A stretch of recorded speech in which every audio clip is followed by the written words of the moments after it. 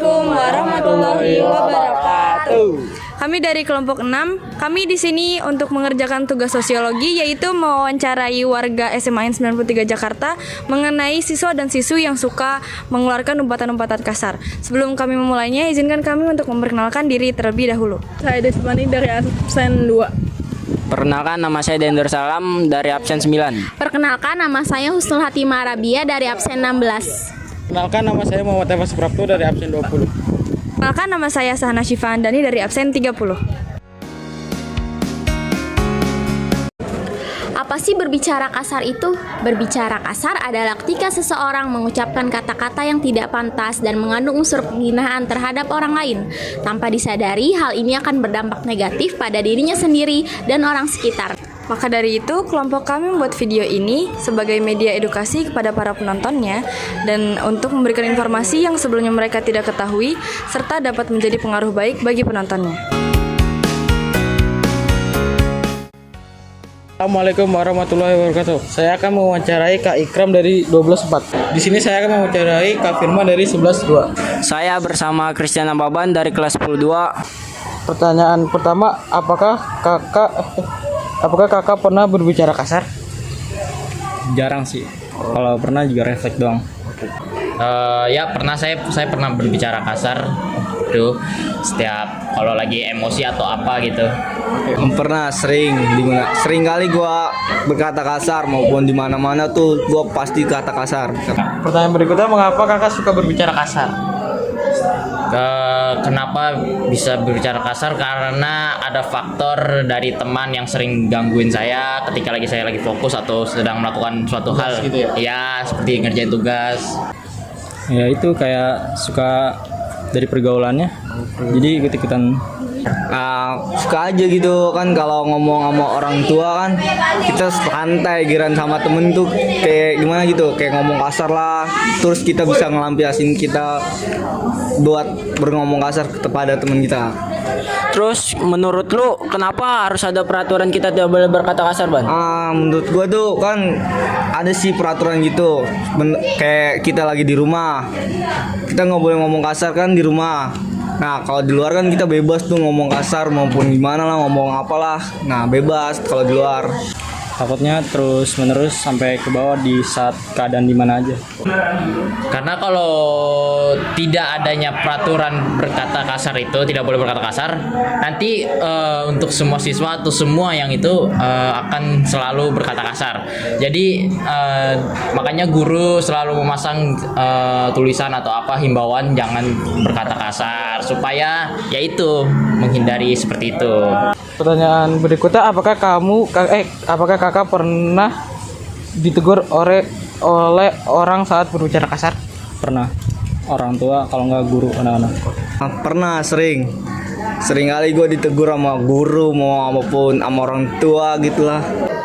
Pernah lagi itu saat jam pelajaran karena hilaf ya, karena ketidaksengajaan, karena itu ya diganggu teman itu, jadi terucaplah kata-kata itu.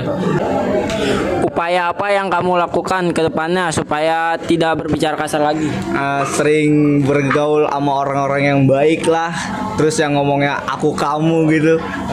Upayanya itu adalah kita harus selalu sabar untuk menahan emosi supaya tidak berkata kasar maupun itu, karena dari kata-kata yang kita keluarkan itu entah ke teman atau teman-teman kita yang sekitar kita itu, kalau misalnya kita berkata kasar takutnya nanti dia merasa sakit hati dan kita Dendam gitu ya, jadi dendam. Jadi saya kalau itu sih ya itu lebih sabar, jadi harus tenang, jangan dibawa emosi ya seperti itulah. Hindarin pergaulan yang nggak baik sama ngurangin berbicara kasar, karena itu bisa bikin refleksnya. Assalamualaikum warahmatullahi wabarakatuh. Di sini saya sedang bersama Kak Kenny dari kelas 12.4. Saya bersama Kak Zara dari 11.2. Saya sedang bersama Zara Galbi kelas 10.7. Jadi di sini saya ingin mewawancarai Kak tentang siswa-siswi di sini yang suka berkata kasar. Oke, jadi pertanyaan pertama itu, apa sih pendapat kakak tentang siswa-siswi yang suka berkata kasar? Menurut saya orang-orang yang berkata kasar itu mungkin ada sebabnya ya, kayak misalkan dari pengaruh lingkungan contohnya ya. Dia kan mungkin aja bisa aja dari awalnya baik-baik saja, bisa aja dari ini mungkin karena dia terbiasa dengan lingkungan yang kurang baik, akhirnya jadi terbiasa ngomong kotor sih.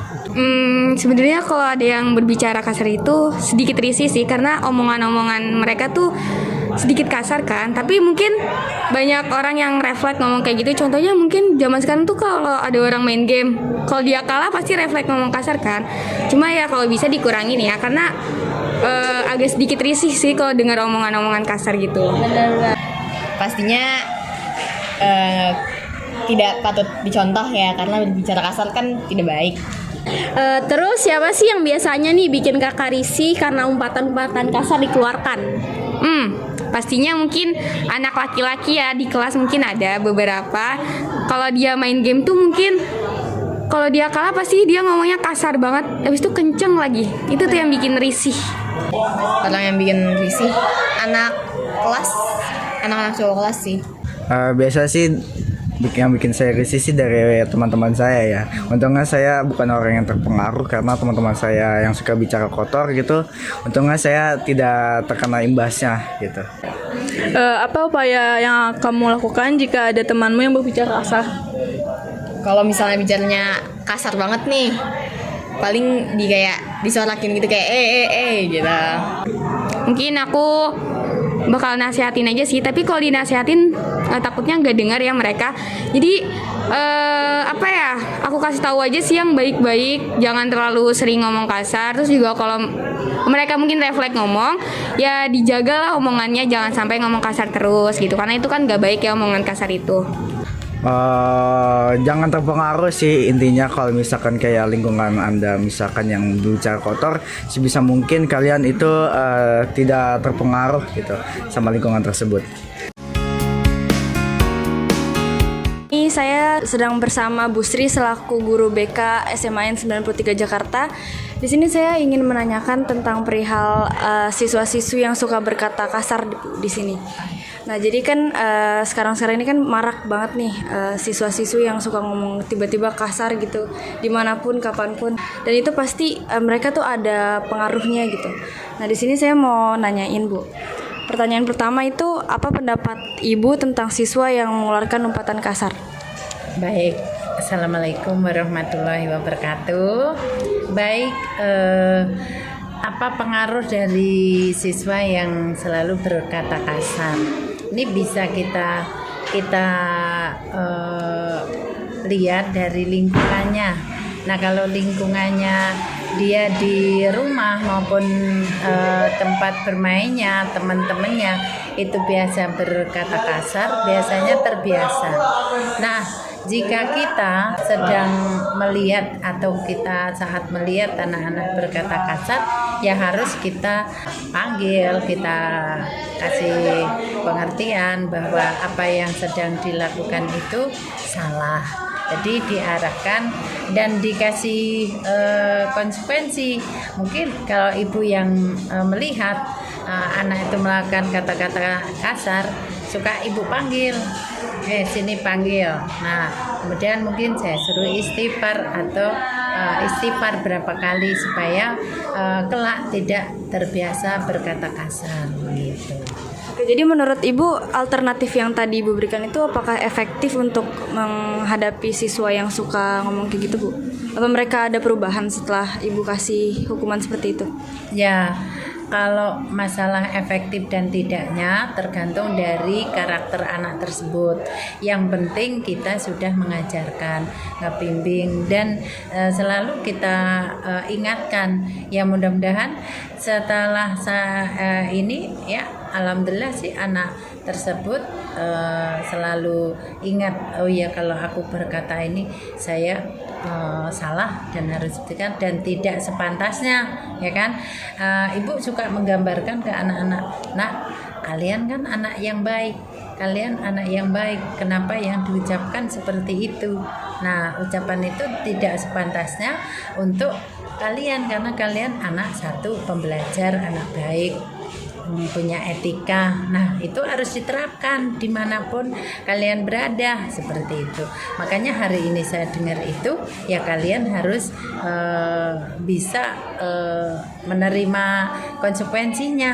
Nah, itulah yang sering saya lakukan jika langsung mendengar dan melihat anak melakukan ucapan kata-kata yang kasar, yang tidak sepantasnya, itu ibu segera kita panggil anaknya, kita luruskan, kita benarkan, kita nasihati supaya yang akan datang harus bicaranya yang baik. Oke Bu, kalau menurut pandangan Ibu, apa sih sebab siswa-siswi itu tuh pada gampang banget ngomong kasar Bu?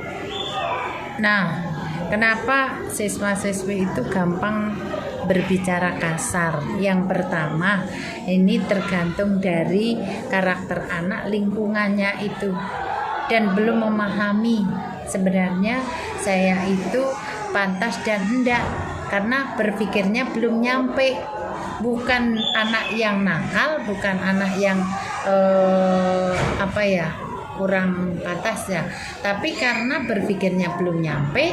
Nah, anak itu lingkungannya bergaulnya mungkin terbiasa seperti itu. Nah, itulah satu agamanya. Nah, saya cek ke semua yang sering ini kasar, saya tanya, kamu ibadahnya sehari berapa kali sesuai keyakinannya? Oh, ini baru 5 kali, saya sholatnya cuma subuh sama sholat zuhur saja, yang lainnya enggak. Nah, berarti di situ sebagai tolok ukur kalau sering bicara kasar itu karena memang pemahaman satu pemahaman agama, kemudian bimbingan di rumah itu kurang terkontrol ya. Orang tuanya sibuk dan anak tersebut tidak ada kegiatan yang positif di lingkungan rumah. Contohnya setelah pulang sekolah ada mengaji ya, mencari ilmu tambahan, ilmu agama. Nah, itu masih kurang. Nah, untuk itu memang kewajiban kami di sekolah diadakan adanya sholat zuhur bersama, kemudian ada pembelajaran dari pelajaran PKN dan lain sebagainya, ada BK. Nah, itu sebenarnya untuk menangani hal-hal yang kayak gitu, membantu siswa agar bisa menyelesaikan permasalahan yang dia alamin sendiri gitu. Ini pertanyaan terakhir ya Bu. Jadi apa pesan dan kesan Ibu terhadap siswa yang mengeluarkan umpatan kasar itu? Nah, kesannya kan anak yang nakal ya, anak yang tidak punya etika. Nah, pesannya dengan berbagai macam kegiatan yang diadakan sekolah yang positif, ada kegiatan misalkan public speaking, kemudian ada kegiatan keagamaan, ada kegiatan-kegiatan yang membuat anak tersebut tidak melakukan hal-hal yang kasar, ngomong kasar kan tergantung dari banyak kegiatan yang positif tersebut. Nah, insya Allah itu akan terhindarkan dari itu. Nah, terus kemudian orang-orang yang di sekitar tersebut jika melihat teman-temannya seperti itu juga harus mengingatkan. Jadi pesannya semuanya kita harus ada kerjasama yang baik antara siswa, semua warga sekolah harus bisa bekerja sama yang baik dimanapun kita berada. Melihat sesuatu anak siswa yang tidak baik, kita juga harus ikut turun tangan, ikut andil, ikut membantu meluruskan apa yang belum betul, belum benar ucapan perilaku siswa-siswi, agar menjadi siswa yang menjadi harapan seluruh warga sekolah. Saya di sini bersama Pak Eka selaku wali kelas 10-6. Saya ingin mewawancarai Pak Eka mengenai siswa-siswi yang berkata kasar di sekolah ini. Apalagi kan sekarang lagi marak-maraknya nih anak muda berbicara kasar sana sini sembarangan. Pertanyaannya itu, apa pandangan Bapak tentang siswa yang mengeluarkan umpatan kasar atau berbicara kasar? Sebenarnya sih kalau menurut saya simpelnya budaya. Semua karena budaya. kebiasaan budaya itu kan sebenarnya hal yang biasa, tradisi yang biasa terjadi di satu lingkungan. Jadi mungkin di lingkungan rumah dia itu biasa dengan hal seperti itu. Cuman salahnya kenapa mereka menerapkan di lingkungan yang konteksnya lembaga pendidikan. Nah itu yang nggak pas. Karena di dalam sekolah itu, lingkup sekolah, orang nggak satu dua. Dan ada yang punya pandangan lebih baik mungkin dari orang yang berkata tersebut. Jadi akhirnya ada pandangan-pandangan lain. Nah itu yang sebenarnya nggak pantas. Dan kan untuk bicara seperti itu menurut saya memang sebaiknya nggak perlu lah. Kalau kita lari ke konteks agama juga udah nggak pantas. Dari konteks sosial aja juga nggak pas. Kita kan bicara ke orang selayaknya kan diajarkan untuk bicara yang lebih baik. Arahnya kan seperti itu. Terus misalnya nih Bapak lagi ngajar atau lagi apa, ada gak sih siswa yang berkata kasar di depan Bapak dan apa yang Bapak lakukan? Ada, pernah. Biasanya saya tegur, saya sentil atau saya pukul mulutnya pakai buku. Nah sebenarnya sih malas ya kayak gitu ya sebenarnya, tapi ya tujuannya kan untuk membina, karena nggak mungkin juga kalau dibiarkan sebenarnya gitu.